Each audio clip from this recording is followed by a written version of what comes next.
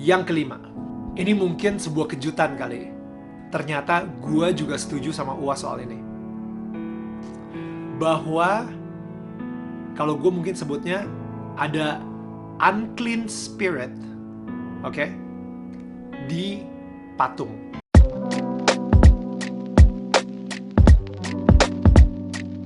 Assalamualaikum, selamat datang kembali di channel ini. Balik lagi dengan saya Luis Prasetyo. Di sini kita akan bahas soal Daniel Mananta.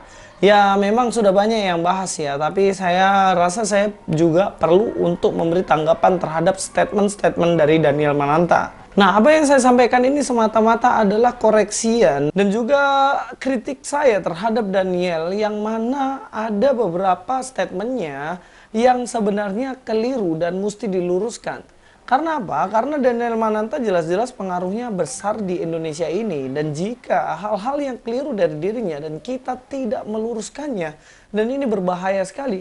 Karena orang-orang awam di sana pasti menganggap hal itu atau statementnya itu benar. Sebenarnya di situ ada 5 poin yang mana dia sampaikan, tetapi saya akan membahas beberapa poin penting yang mana itu menyasar kepada kekeliruan berpikir dari Daniel Mananta.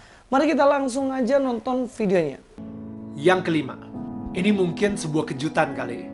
Ternyata gue juga setuju sama UAS soal ini. Bahwa kalau gue mungkin sebutnya ada unclean spirit, oke, di patung. Ketika patung yang dibuat oleh manusia disembah. Wait. Sebelum lo mau komentar, lo harus baca dulu. Ini again buat orang-orang yang mengakui sebagai pengikut Yesus. Oke? Gue pengen kalian baca dulu Yesaya 44 ayat 13-20. Baru lu bisa komentar di bawah. Oke? Lu harus baca itu dulu, baru lu bisa komentar. Sebelum lu baca itu, jangan komentar dulu. Oke? Ini gue pengen ngomong kepada umat Nasrani ya. Ini tercatat di buku sejarah. Nebukadnezar itu penasaran banget seperti apa sih bentuk atau wajah dari Tuhannya bangsa Israel. Sehingga dia dengan beraninya itu masuk ke satu ruangan, yang ini ruangan yang paling suci di situ. The Holy of the Holies. Ya, yang kadang-kadang kalau misalnya di perjanjian lama itu sering banget orang gak sengaja masuk, meninggal langsung. Kalau misalnya dia tidak menyucikan diri dia sendiri atau menyembelih kurban gitu. Raja Nebukadnezar saat itu dengan sangat kurang ajar, dia masuk ke dalam ruangan tersebut, Holy of Holies. Apa yang dia lihat? Apa yang dia temukan? Tabernakel, di atasnya ada kayak malaikat cherubim, dan habis itu malaikat cherubim itu ada 2, ngejagain apa? Ngejagain siapa? Dia ngelihat kiri kanan, mana bentuk muka atau bentuk tubuh Tuhannya bangsa Israel ini. Mana? Dia nyari-nyari. Gak ada sama sekali. Dan itu dia kenapa Tuhan marah banget kalau misalnya dia dibentuk sebagai patung. Dia dibentuk sebagai berhala. Sekali lagi, coba baca Yesaya 44 ayat 13-20. Di situ Tuhan sendiri sampai bilang gitu, kalau ini kayu yang lu gunakan untuk membuat patung yang cantik, yang indah, yang ganteng. Dan patung yang sama lu gunakan buat masak, buat bakar kayu untuk menghangatkan badan lo. Dan abis itu patung yang sama yang lu gunakan tiba-tiba lu sembah-sembah. Itu bodoh. Again, bukan gue yang ngomong. Yesaya 44 ayat 13-20. Right? Jadi di situ gue setuju kalau misalnya ada unclean spirit di patung. Oke, itu dia 5 hal yang gue setuju dengan UAS di pembicaraan kita. Ya, dari kelima statement ini, saya tidak mengatakan statementnya keliru. Tidak. Saya setuju dengan apa yang disampaikan oleh Daniel Mananta. Karena kelima-lima poin itu semuanya adalah ajaran Kristen. Oke ya? Itu adalah ajaran Kristen, baik poin ketiga dan poin kelima, ataupun poin keempat, 1 dan 2. Kok kebalik-balik? Iya, oke. Yang poin ketiga jelas, anugerah itu adalah konsep dari ajaran Kristen. Benar ya? Orang diselamatkan bukan karena perbuatan baik, tapi karena anugerah semata dari Tuhan. Kasih karunia semata dari Tuhan. Dan ini tidak bisa diganggu gugat, karena inilah ajaran yang sangat-sangat berbeda dengan ajaran-ajaran agama yang lainnya. Nah, kalau kita melihat di poin yang keempat, jelas itu juga Kristen tidak percaya sama sekali namanya dukun-dukun, roh jahat, dan lain-lain. Yang kelima, yang jelas Kristen juga tidak menyembah patung. Benar ya? Nah, dari 5 hal ini tentunya semuanya Kristen itu melakukan seperti apa yang dibilang oleh Daniel. Oke ya, jadi saya setuju. Secara prinsip kelima-limanya saya setuju dengan apa yang disampaikan oleh Daniel. Tetapi ada keberatan yang akan saya sampaikan. Sebenarnya sebaiknya kita bahas dari poin ketiga, tapi saya mau pembaliknya. Kita bahas dari poin kelima. Yang mana Daniel Mananta mengatakan bahwa patung itu tidak boleh disembah dan dia setuju dengan apa yang disampaikan oleh Abdul Somad. Nah, ini letak masalahnya, yaitu yang pertama, Daniel sepertinya berpikir bahwa orang Kristen itu menyembah patung. Oke ya? Karena dia mengatakan bagaimana patung itu tidak boleh disembah. Semua orang Kristen coba lihat dalam kitab Perjanjian Lama bagian ini dan ini. Kemudian kalian baru boleh komentar bahwa di situ dikatakan bahwa tidak boleh menyembah patung. Oke, dia mengatakan sampai di situ. Saya mengatakan bahwa benar apa yang disampaikan Daniel Mananta. Kenapa? Karena dalam Kristen pun tidak boleh yang namanya menyembah patung. Dan semua orang Kristen itu tahu hal itu. Tidak boleh menyembah yang namanya patung. Itu jelas ditulis tidak hanya Perjanjian Lama. Dalam kitab Roma pun dikatakan bagaimana tidak boleh menyembah patung. Itu udah jelas. Tetapi kekeliruannya adalah dia mengaminkan apa yang dikatakan Abdul Somad. Dan dia berpikir bahwa orang Kristen itu menyembah patung. Ini persoalan yang dimiliki oleh Daniel gitu. Anda Kristen lama, seharusnya Anda tahu bahwa orang Kristen tidak menyembah patung. Lalu kenapa ada di gereja itu patung-patung? Pertanyaan kan gitu. Loh, di gereja kenapa ada patung? Oke, sekarang saya tanya, kenapa di rumah Anda ada foto Anda dan istri Anda? Kenapa? Pasti untuk mengingat, oh iya saya sudah menikah sama istri saya sekian tahun. Dan kemudian inilah untuk mengingat ketika saya sudah pernah menikah, itu foto saya. Oke. Sekarang pertanyaan, kenapa ada lukisan Tuhan Yesus sedang perjamuan dengan para muridnya? Pasti Anda akan menjawab, iya untuk mengingatkan bagaimana yang namanya Yesus pernah ikut perjamuan bersama dengan para muridnya. Melalui lukisan itu kita ingat. Nah sekarang pertanyaannya, kenapa ada patung Yesus disalibkan? Apakah itu untuk disembah? Ya jelas enggak. Untuk mengingatkan, oh ya ingat bahwa dulu Yesus pernah disalibkan di atas kayu salib, menderita, menebus dosa kita. Nah itu sebenarnya hanya kebetulan itu bentuknya patung. Apa bedanya patung, lukisan, foto? Semuanya sama aja. Itu hanya lambang atau sesuatu untuk mengingat kita tentang momen itu. Itulah kenapa dalam Kristen itu ada patung, di dalam Katolik ada patung. Itu untuk mengingat akan momen itu. Jadi tidak ada yang namanya orang Kristen menyembah patung. Apa yang disampaikan Daniel ini terkesan bahwa dia menyetujui apa yang dibilang oleh Abdul Somad, bahwa Kristen itu menyembah patung dan menyembah patung itu salah dan di situ ada roh jahatnya. Nah, kalau kita berpikir secara begitu Daniel, ini penting untuk saya luruskan supaya orang tidak berpikir bahwa orang Kristen itu menyembah patung gitu loh. Jadi udah jelas ya sampai sini. Terus kemudian mungkin Anda mengatakan, loh tapi kan memang dikatakan di situ tidak boleh membuat patung. Iya kan? Bahkan dalam hukum Taurat dikatakan jangan membuat bagimu patung. Tetapi kamu nggak boleh lupa, yang dilarang bukan buat patung. Yang dilarang adalah apa? Jangan membuat bagimu patung untuk disembah. Itu yang penting. Patung boleh ada, tetapi untuk disembah nggak boleh. HP boleh ada, tapi HP ini kalau kita sembah itu jadi berhala juga. Gitu. Yang nggak boleh adalah untuk disembah. Loh, kok bisa? Buktinya apa? Emang Tuhan izinkan kita buat patung. Kamu sendiri mengatakan bahwa ada kerubim. Kerub. Di dalam tabernakel. Iya kan, tabut perjanjian yang diangkat-angkat orang Israel, itu di situ kan ada 2 patung malaikat, bener nggak? 2 patung malaikat ini namanya siapa? Kerubim, kerub. Nah, mereka menjaga apa? Membentengi kekudusan Allah dengan manusia yang berdosa. Sama ketika Taman Eden, manusia diusir dari Taman Eden, ditaruh di situ kerup.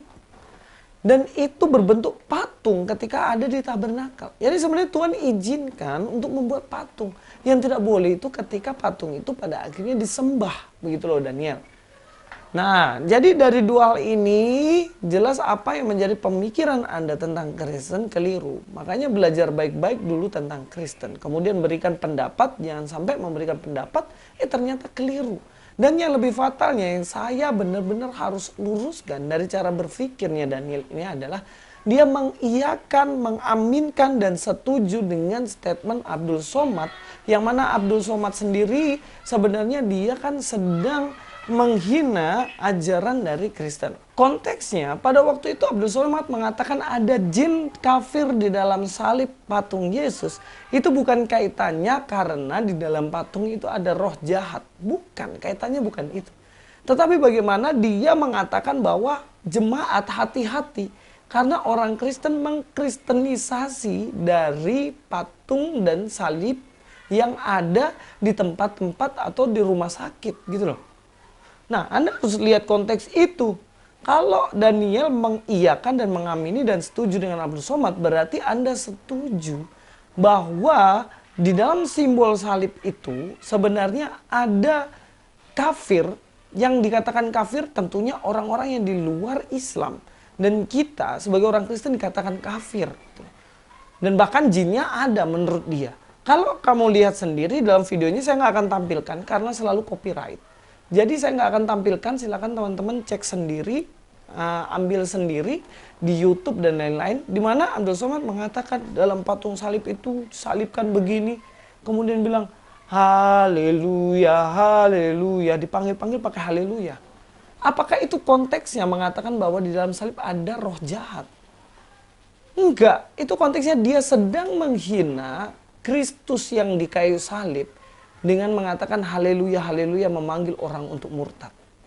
Jadi konteks ini Anda harus mengerti. Kalau Abdul Somad hanya berbicara mengenai, oh iya patung tuh nggak boleh sembah dan ketika disembah di situ ada roh jahat dan lainnya, oke, nggak masalah.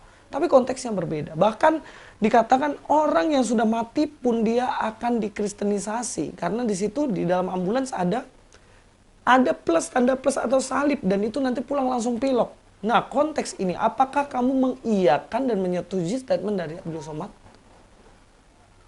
Iya, nggak mungkin lah. Kalau kamu Kristen sejati, jelas kamu akan tahu bahwa salib, simbol salib, patung Yesus itu mengingatkan tentang momen di mana Yesus disalibkan menebus dosa kita. Bukan untuk disembah. Bukan untuk kita percaya pada patung-patung itu, gitu. Jadi sampai di sini pun kita harus paham hal ini Daniel. Saya tahu sebenarnya persoalan mendasar dari Daniel Mananta ini adalah ingin mencari jalan tengah supaya ada pendamaian antara agama Kristen dan Islam. Itulah cara bertetangga yang baik. Bagaimana mencampurkan ajaran Kristen dan juga ajaran Islam sehingga boleh berjalan bersama-sama. Ini adalah cara bertetangga yang sangat-sangat keliru. Karena ini namanya pluralisme. Atau kejadiannya nanti sinkritisme, menggabungkan dua agama menjadi ajaran yang baru. Kita sudah tahu sangat pasti bahwa Islam dan Kristen itu berbeda. Salah satu contoh, poin ketiga yang dikatakan Daniel itu adalah ajaran Kristen, yang mana orang diselamatkan karena kasih karunia, karena kasih Allah, karena anugerah, sehingga kita bisa masuk surga. Tapi ajaran Islam tentu berbeda. Kita sudah pernah bahas sebelumnya, bagaimana ajaran Islam itu orang diselamatkan bukan karena itu, tetapi orang diselamatkan karena melakukan amal. Orang diselamatkan karena dia berbuat baik. Bahkan amalnya nanti ditimbang, yang lebih berat mana. Kalau yang lebih berat itu dosanya, maka dia akan melewati yang namanya jembatan Shirathul Mustaqim. Nah, nanti bisa nggak lewatin jembatan itu. Tapi kalau yang berat itu kebaikan, maka dia akan masuk surga. Itu ajaran Islam yang jelas-jelas itu berbeda. Dalam Kristen kenapa kasih karunia itu ada, anugerah itu ada? Karena manusia semua naturnya berdosa. Semua manusia dunia ini berdosa. Saya berdosa, semua orang berdosa. Sehingga ketika mau masuk surga dengan perbuatan baik nggak bisa. Lalu caranya gimana? Yaitu dengan cara diselamatkan langsung oleh Allah. Dan konsep ini berbeda dengan ajaran dari agama Muslim, yang mana mereka diselamatkan masuk surga karena perbuatan baik mereka. Jadi di sini saya melihat niat baiknya Daniel, bolehlah mencari jembatan dan menggabungkan dua agama ini menjadi agama yang satu, ajarannya baru. Tapi faktanya itu nggak mungkin bisa, Daniel. Karena itu akan terjadi namanya sinkritisme. Karena kamu harus menerima bahwa Yesus Kristus itu tidak disalibkan. Dalam Islam Yesus tidak disalibkan. Dalam Kristen Yesus disalibkan. Nah, ketika Anda mau menggabungkan dua ajaran yang berbeda ini, bagaimana caranya? Nggak mungkin. Karena kamu mengatakan sendiri tadi kan tidak bisa mendua. Jangan mendua. Ada orang yang percaya Yesus tapi masih mendua, percaya roh jahat, percaya dukun dan lain-lain. Nah, ini nggak bisa mendua juga. Anda percaya kepada Yesus yang disalib, tapi pada saat yang sama ketika mengiyakan ajaran Pak Abdul Somad, Anda mengiyakan bahwa Isa Al-Masih tidak disalibkan. Nah, kan nggak bisa kan? Nah, inilah kekeliruan yang mendasar dari statement-statement Daniel Mananta. Seharusnya bertetangga yang baik adalah saya Kristen, Anda Islam, kita bisa berjalan, bersahabat bersama-sama tanpa mengusik dan menggabungkan ajaran kita masing-masing. Aku tahu kamu beda, kamu tahu aku beda. Mari kita temenan. Kalau urusan temanan ya kita Pancasila satu. Tetapi ketika urusan agama, ajaran masing-masing, nggak perlu ganggu dia nggak perlu ganggu kita. Begitu. Bukan berusaha untuk menggabungkan itu. Dan itu sangat-sangat berbahaya ketika terjadi sinkritisme. Mensinkronkan dua ajaran yang berbeda ini. Karena apa? Memang ajaran Islam dan ajaran Kristen itu sudah berbeda sejak sananya. Jadi nggak usah mencari penggabungan-penggabungan yang membuat Anda blunder sendiri tentang ajaran Kristen. Ini teguran dari saya untuk Daniel Mananta. Dan masih ada beberapa wawancara yang bahkan diundang oleh Daniel ini. Ketika diundang, orang itu tidak difilter. Pilihlah orang-orang yang memang berkompeten dalam itu. Dan jangan terkesan semua akhirnya tercampur aduk.